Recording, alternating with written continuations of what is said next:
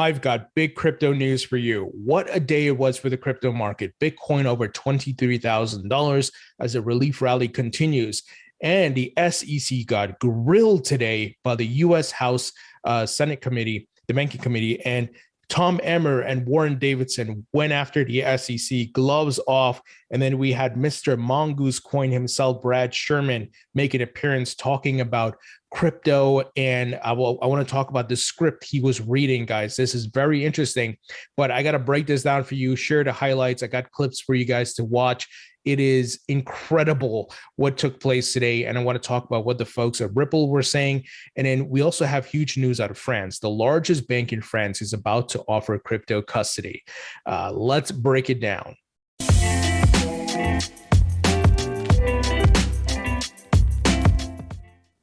Welcome back to the Thinking Crypto podcast, your home for cryptocurrency news and interviews. If you're new here, please hit that subscribe button as well as the thumbs up button and leave a comment below. If you're listening on a podcast platform, please give me a 5-star rating. Quick word from our sponsor, and that is Link2, which makes private equity investment easy. Link2 is democratizing the process, allowing individual accredited investors to get access to crypto and tech companies. Previously, you had to be part of a hedge fund VC firm to get access, but you can get equity shares pre-IPO. So some of the companies that Link2 has in their portfolio includes Ripple, BitPay, Dapper Labs, Uphold, Abra, and many more. And they continue to expand their list. So it allows you to make money on both sides. What do I mean by that? Well, many of you hold the tokens, the crypto tokens native to the blockchains already. Well, you have the opportunity, just like the institutional investors, to grab up shares in the companies building the infrastructure of the market. You can make money on both sides. This was certainly not an opportunity available historically, but now due to updated regulations, you can certainly get part of this, guys. It's amazing.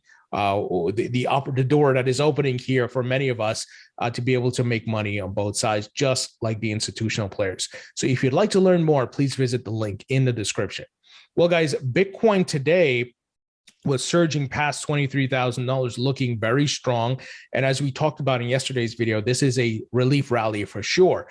We are still, from a macro perspective, in a bear market. So do not jump on board that we are in a bull market. We are not, my friends. We saw the top last year. We are in a bear market. This is a relief rally, and there might be, 2 to 3 more of these along the bear market. But don't be fooled. And certainly, you can swing trade this. It's a great swing trade opportunity. But just don't, be in the mindset, oh, the bull market's back. It is not, because I think we could potentially. I don't want it to happen, but I'm opening my mind to different possibilities that after this relief rally, Bitcoin could go down and go into lower lows. There are a lot of macroeconomic factors like the Fed, inflation, interest rates, and so forth still on the table here that could be huge catalysts to drive markets down further, I should say. So just FYI on what's happening here. Once again, great swing trade opportunity, but just be careful. Now, guys, today was a big hearing. It was the U.S. House Committee on Financial Services oversight of the SEC's Division of Enforcement. And it was, just entertaining, to say the least. The gloves came off from Tom Emmer, Congressman Tom Emmer, and Warren Davidson, both great gentlemen. And then you had Mr. Mongoose Coin himself, Brad Sherman, making an appearance, speaking FUD, and also reading some sort of script. I want to break that down for you. Let me share a clip. And guys, throughout this hearing, XRP and Ripple was mentioned a lot. And in fact, Warren Davidson brought up the Bill Hinman speech. Guys, I'm going to play all the clips for you. This is so fascinating, and it's something we've never seen before as it relates to crypto. So first, Brad Sherman, let me play the clip for you. The division has determined that XRP is a security and is going after XRP, but for reasons that I'll bring up in questions, has not gone after the exchanges where tens of thousands of illegal securities transactions were occurring. So as you saw, Brad Sherman talking about XRPs, and he even went further saying, I believe, in my opinion, in fact, XRP is a security. So he was talking all kinds of nonsense. And then he said the SEC should go after exchanges for selling securities. So this is turning into a mess. Now, keep in mind, he's a Democrat. He's aligned with Elizabeth Warren. Who is Elizabeth Warren aligned with? Gary Gensler. So you see the direction the Democrats are moving in here, right? It's not a coincidence. You got Democrat Brad Sherman, Democrat Elizabeth Warren, Democrat leaning Gary Gensler, with three peas in a pod here that are pushing for more draconian laws on the crypto market and not providing clarity. Remember, they're not providing the clarity. They're doing regulation by enforcement. They want to stifle this as much as possible. Now, something that's very interesting, my friends, Brad Sherman, kind of was speaking more logically this time around. Like he was given a specific script, guys. He went from the last hearing, remember, Mr. Mongoose Coin and all kinds of stuff. He was, talking a lot of trash. Now, he's all of a sudden saying XRP is a security, you should go after the exchanges. It was much more polished and informed, his statements, that is. So I'm going to share the connection and who his largest donor is and what connection they have to Ethereum. It's unbelievable what's happening here. But first, I want to share what Stuart Alderati and Brad Garlinghouse of Ripple had to say. Stuart Alderati, for those of you who don't know, is general counsel at Ripple.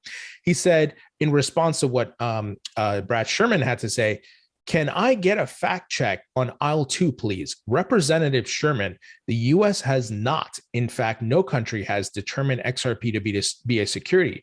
When elected, officials don't understand that mere filing of a case by the SEC doesn't determine anything." Absolutely. They simply filed a case. There's no official declaration, my goodness, that XRP is a security.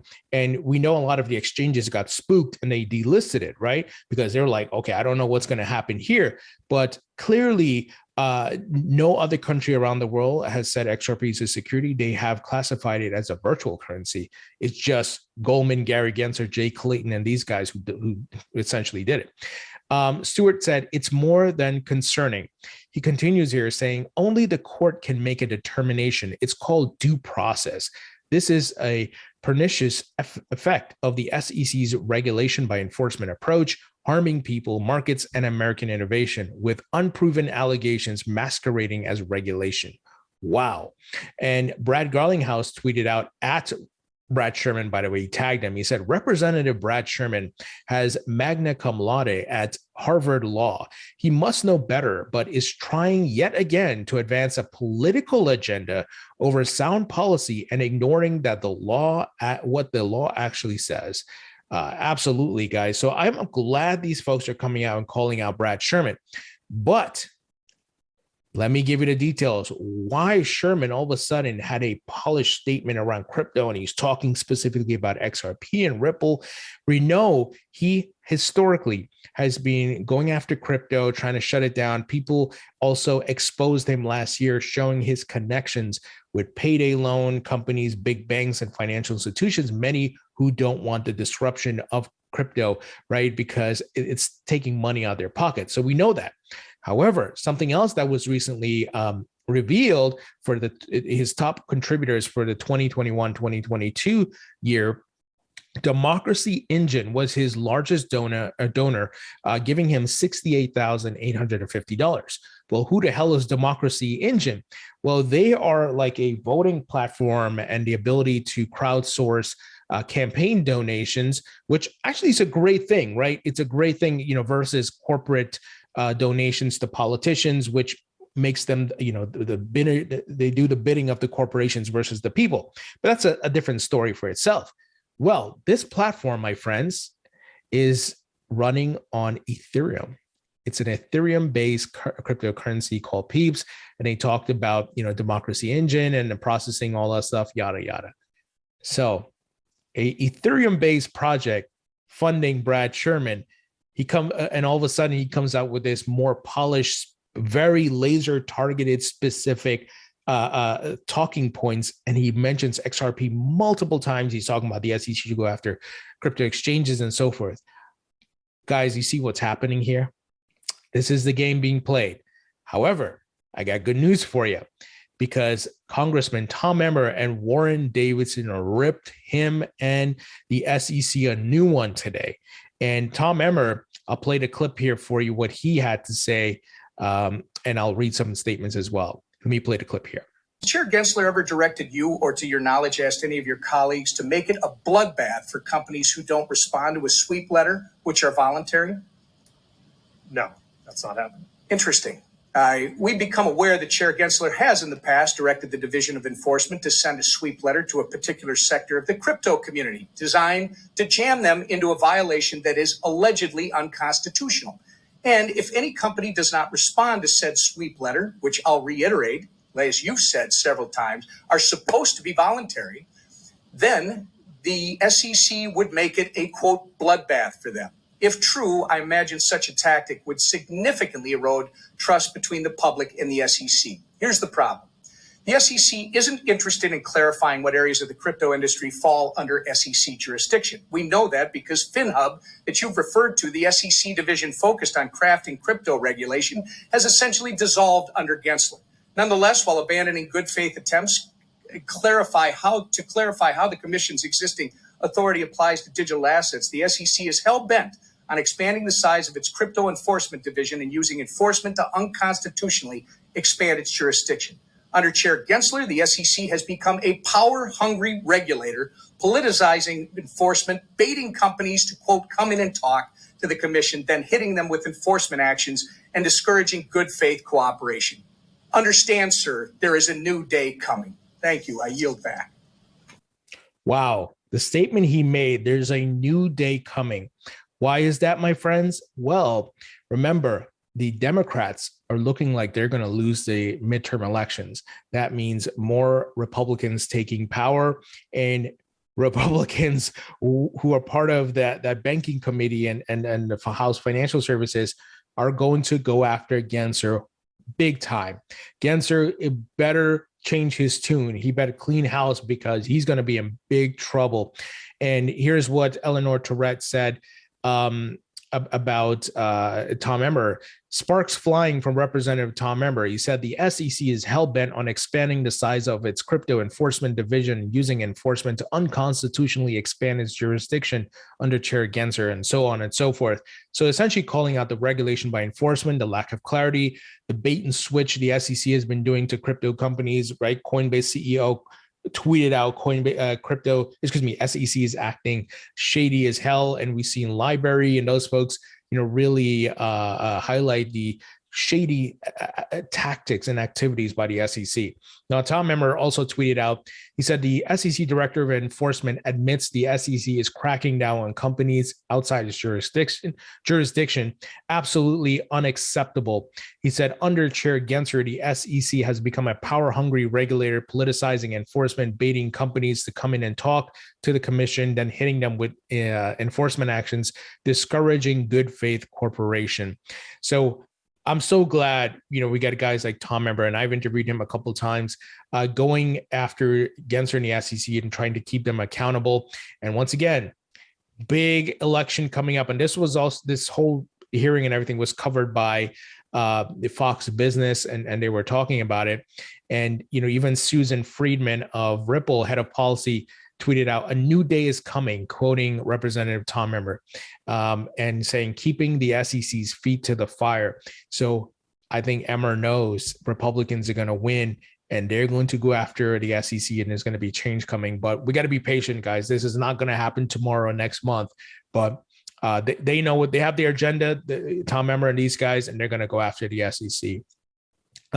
Here, Charles Gasparino kind of highlighted what I just said, where the financial services Democrats and the financial committee Republicans, GOP, spar over crypto regulations. In a hearing today, Democrats want XRP Ripple investigation expanded to include exchanges that traded the coin. GOP wants a rollback of enforcement actions. Good news for crypto. GOP will likely be in control. So they've been covering this on Fox Business. So once again, Sherman, Warren, Gensler are going to be in trouble as these Republicans take over. And I don't want this to be political, but it's the fact of who is doing what, right? So that's what I'm reporting on here.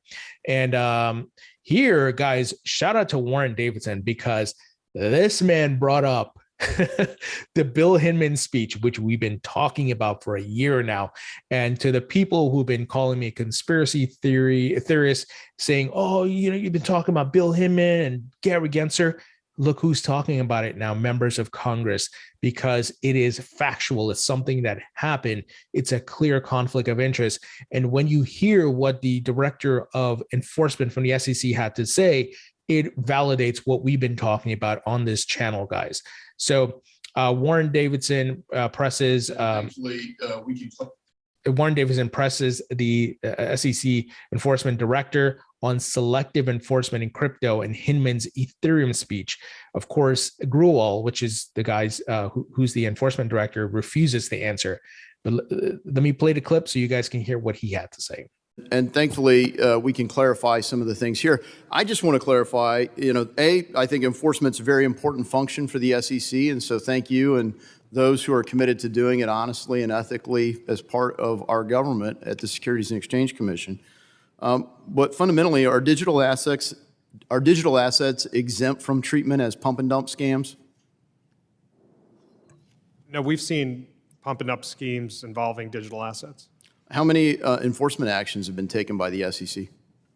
Again, I'd have to provide you that information at a later date. I'd appreciate that. And frankly, I'm curious why some of the biggest ones that look from an outsider, like probably pump and dump scams, don't get targeted. Why are they selectively? I mean, seems like some things are given a pass and some things are targeted. What's the criteria for targeting? There's no selective prosecution. We have to balance the risk that we're seeing with the resources that we have, and we have a number of investigations. So maybe the big ones take too many resources to go after, so you just say, well they'll get a pass?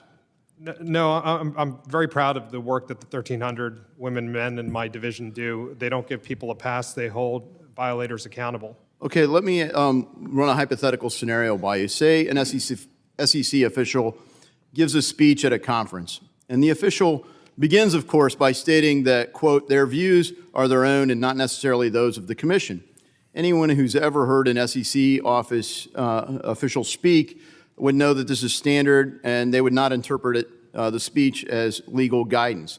However, let's say that the SEC official consulted SEC staff and perhaps even ethics directly to assist them in writing speech or giving guidance. Under this scenario, would the written speech still be considered personal views of the individual and not views of the commission? Respectfully, I can't answer that right now because that hypothetical is a real scenario that's playing out in litigation. Oh, what litigation would that be? That would be the Ripple litigation. Ripple XRP. So is it true that Director Hinman submitted his speech to ethics for approval? Again, I can't comment on pending litigation. Wow. Did you catch that, guys? I mean, shout out to Warren Davidson. That was, I didn't expect him to do that, but that is ballsy, man. Straight up asking him, he put it as a hypothetical scenario, but then clearly it went into having the director of enforcement pretty much said, hey, I can't talk about that because that is a realistic scenario that is being debated in the Ripple lawsuit. Where are the critics now who are saying this is conspiracy theory? What now, huh? The facts are here. I know some of it is FUD, people saying it's conspiracy theories because they want to hide this. They want to cover this up, and it's clear a conflict of interest. And they're not going to get to cover it up because this channel will continue to cover it because we want clarity for the entire crypto market. And the SEC is a government tax-funded government regulatory body, and my tax dollars are going towards this.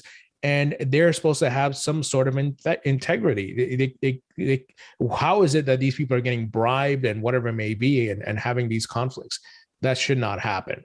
So there's two aspects of that: clarity and the integrity of the regulatory body. Now, I tweeted out the following meme. You guys know that I think it's Jordan Poole, with him sweating here. I pretty much said that when Warren Davidson brought up that speech, Gary Gensler, Bill Hinman, Jay Clayton, and Joe Lubin were probably sweating buckets like, this is getting big time coverage and people are talking about it. Yeah, Yeah, they better be sweating buckets. Now, here's something interesting coming out of the SEC Ripple lawsuit. The SEC, in a heavily redacted letter alleging threats against an expert, asked Judge Torres to revoke Amici status granted to XRP holders and to bar John Deaton from any further participation in the case. So I don't know if somebody threatened what's his name, Duty, whatever the guy's name is. I hope not, but at the same time, I wouldn't put it past the SEC that they are using this as a tactic and lying at the same time, right? Trying to kick John Deaton and the XRP holders, because the fact that John Deaton's there representing XRP holders makes the SEC look very bad, because they have said every XRP is a security, even in the secondary market, even globally. That is nonsense. It's just so stupid, right? So outlandish. John, I'm sure, is going to work on this to push back, and hopefully the judge does not revoke this, guys. Let's hope John gets to stay in there. Now, here's some big news, my friends. The biggest bank in France, BNP Paribas, which has $13.4 trillion of assets under custody, to start offering crypto custody services. Amazing what is happening. And even in the bear market, they are not dismayed by the prices. And I hope you aren't as well. All the banks, like I've been saying for years, my OG subscribers, you all know what I've been saying for years: stock exchanges, banks, all the hedge funds, all these guys will be integrating crypto one way or the other, trading, custody, whatever it may be. This is all coming, guys. This is big news. So the French bank will be working with crypto custody specialist Metco, which is becoming the go-to provider for banks and institutions looking to enter the crypto space. They're all coming, my friends. It's amazing what's happening. Medico, which recently inked a custody deal or tech deal with French bank Societe Generale, is becoming the go-to provider for banks and institutions looking to enter the crypto space. Medico also recently announced a deal with Citigroup, and previously with the likes of BBVA, Zodia Custody, DBS, and Union Bank Philippines. This is bullish news. I hope you see what's happening, my friends, and look when it's happening. When there is collapse and bankruptcies of crypto companies, when the price is down, when we're in a bear market, that is not stopping these banks and financial institutions. They know what's happening. They know what's coming. And I hope you recognize it as well. Finally, UK Finance Minister announced that a bill for the use of stablecoins will be introduced before Parliament tomorrow. So that should be interesting. We know the United States has also been looking at stablecoin regulation. So let's see what takes place here, guys. This could be a big one. And, you know, they're not going to ban stablecoins or crypto regulations. They're going to put guardrails, right? And I've said it many times. They're not going to let just any random stablecoin flow through the economy, because what are these central banks and governments doing? Building CBDCs. They want that to be the standard.